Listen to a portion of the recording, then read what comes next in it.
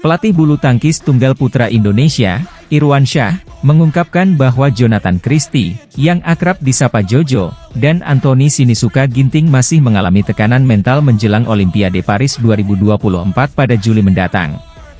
Dalam wawancara usai memimpin latihan persiapan atlet untuk Olimpiade di Pelatnas PBSI Cipayung, Jakarta, Rabu lalu, Irwansyah, yang juga dikenal sebagai Bang Aboy, menjelaskan bahwa tim kepelatihan dan para pemain menyadari perlunya evaluasi setelah hasil kurang memuaskan di Indonesia Open.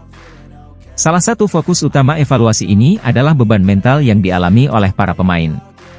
Irwansyah menegaskan bahwa kekalahan di Indonesia Open lebih disebabkan oleh tekanan mental daripada kemampuan bermain.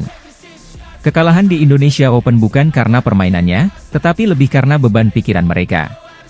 Itu yang membuat Jojo dan Ginting membebani diri sendiri, katanya. Tekanan untuk tampil di ajang sebesar Olimpiade memang sangat tinggi, dan para pemain perlu memiliki ketenangan pikiran agar bisa bermain optimal saat bertanding. Untuk mengatasi masalah ini, Aboy telah meminta bantuan dari tim psikolog untuk membantu para pemain mengatasi beban mental mereka. Ia percaya bahwa penjernihan pikiran adalah kunci agar para pemain bisa bermain dengan tenang dan fokus. Selain fokus pada kesehatan mental, Aboy juga berkoordinasi dengan tim ad hoc Olimpiade dan tim analisis performa untuk menyusun program-program yang diperlukan guna meningkatkan kondisi fisik dan teknik para pemain. Dalam beberapa pekan ke depan, latihan akan difokuskan pada penguatan otot dan fisik pemain. Setelah itu, latihan teknik akan ditingkatkan untuk memastikan para pemain dalam kondisi terbaik saat bertanding nanti. Jadi dalam beberapa pekan ini akan dikuatkan otot dan fisiknya, setelah itu kami juga akan latihan teknik, ujar Irwansyah, pria kelahiran kota Binjai, Sumatera Utara. Aboy menjelaskan bahwa semua persiapan ini dilakukan agar pemain bisa tampil lebih kuat dan cepat di lapangan. Ia yakin bahwa peningkatan fisik dan teknik yang dipadukan dengan penjernihan mental akan memberikan hasil optimal di Olimpiade nanti. Irwansyah juga menambahkan bahwa untuk persiapan Olimpiade kali ini, Jojo dan Ginting belum membutuhkan sparring partner atau rekan latihan dari negara lain. Pemain-pemain lain yang ada di pelatnas saat ini sudah cukup untuk membantu mereka mempersiapkan diri. Di tengah persiapan ini, Aboy dan timnya bekerja keras untuk memastikan bahwa setiap aspek kebutuhan pemain terpenuhi. Mulai dari kesehatan mental hingga kebugaran fisik, semua dipersiapkan dengan detail. Aboy percaya bahwa pendekatan holistik ini, yang mencakup aspek mental dan fisik, adalah kunci untuk meraih kesuksesan di Olimpiade. Jojo dan Ginting, dua bintang bulu tangkis Indonesia, saat ini berada dalam sorotan. Beban mental yang mereka rasakan tidak hanya berasal dari tekanan pribadi, tetapi juga harapan besar dari seluruh bangsa Indonesia. Namun, dengan bimbingan dan dukungan dari tim pelatih serta para psikolog, mereka diharapkan bisa mengatasi semua rintangan mental ini. Ketenangan dan fokus dalam permainan sangat penting, terutama di ajang sebesar Olimpiade, di mana setiap pertandingan bisa menjadi penentu nasib mereka. Seluruh persiapan ini menunjukkan betapa seriusnya Indonesia dalam mempersiapkan atlet-atlet terbaiknya untuk bersaing di panggung dunia.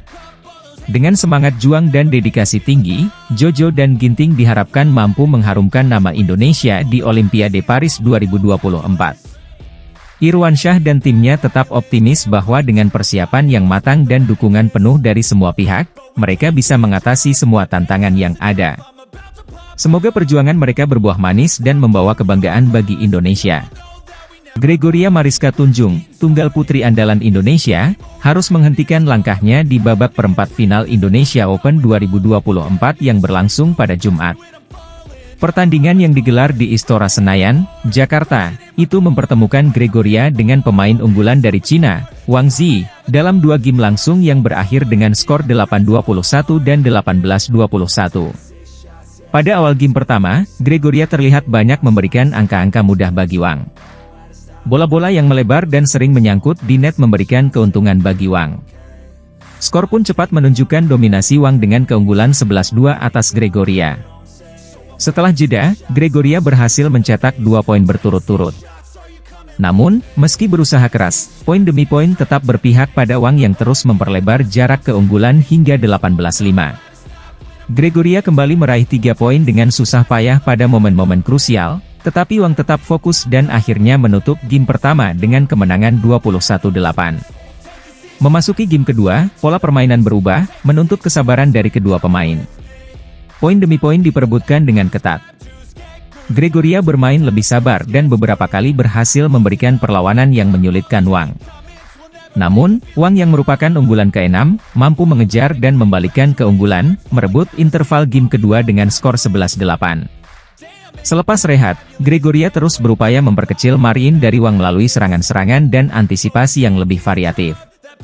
Meski berusaha keras, sang pemain Cina tetap mempertahankan keunggulannya, memimpin sementara 18-14 atas Gregoria yang juga merupakan juara Kumamoto Masters 2023. Di momen-momen kritis, Gregoria mencoba bangkit perlahan. Ia berhasil meraih 3 poin dan hanya terpaut 2 poin dari Wang. Namun, kegigihan Wang tetap membawa dirinya meraih kemenangan di game kedua dengan skor 21-18, sekaligus memastikan langkahnya ke semifinal. Kegagalan Gregoria di perempat final tentunya menjadi evaluasi penting bagi tim tunggal putri Indonesia. Meskipun demikian, harapan masih ada karena Indonesia masih memiliki 2 wakil lainnya yang akan berlaga di babak 8 besar turnamen BWF Super 1000 pada hari yang sama. Kedua wakil tersebut berasal dari sektor ganda putra. Wakil pertama adalah pasangan Bagas Maulana dan Muhammad Shohibul Fikri yang akan menghadapi unggulan keempat asal Denmark, Kim Astrup dan Anders Karup Rasmussen. Pertandingan ini diharapkan menjadi tontonan menarik, mengingat kekuatan dan strategi kedua pasangan yang cukup seimbang. Selain itu, wakil kedua di nomor ganda putra adalah pasangan Sabar Karyaman Gutama dan Muhammad Reza Pahlevi. Mereka akan menjamu pasangan dari Taiwan, Li Jiehui dan Yang Posuan di perempat final. Pertandingan ini juga diharapkan bisa memberikan hasil positif bagi Indonesia, mengingat performa Sabar dan Reza yang semakin solid.